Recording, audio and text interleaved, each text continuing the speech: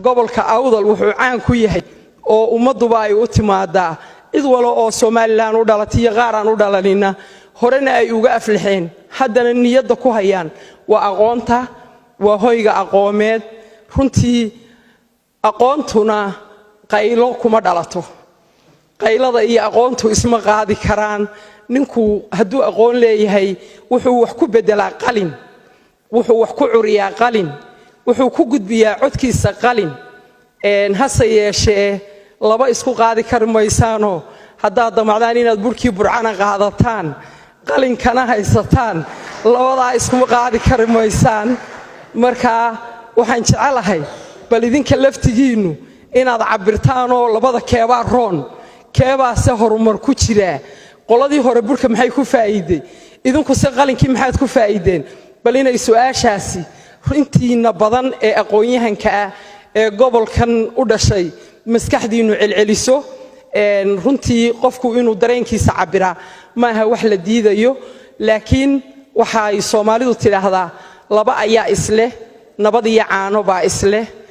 colaad iyo abaar baa isle gobolka awdal markii aan ka soo baxay magaalada madaxda Hargeysa iyo intaan rays gudihiisa soo galayay kal xaleeda iyo kob cagaaran iyo barbeeran iyo qof buugsita iyo badhaadhan dhexmaray ilaahay baa mahad iska leh subhanahu wa ta'ala waxaan se idin sheegayaa runtii idin cadeynaya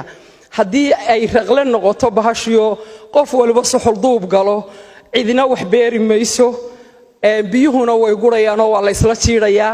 buugtana waa la tuurayaa badhaaruhuna muuqan maayo waxaan idin dardaarayaa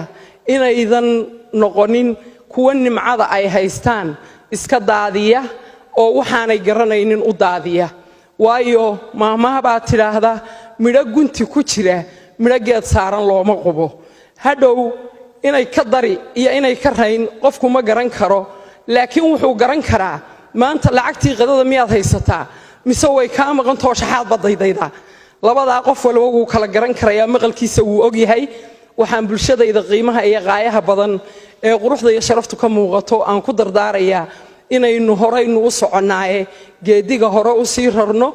aynuna ka dayno dib u socodka oo aynan dib u noqon biidmillaahi raxmaan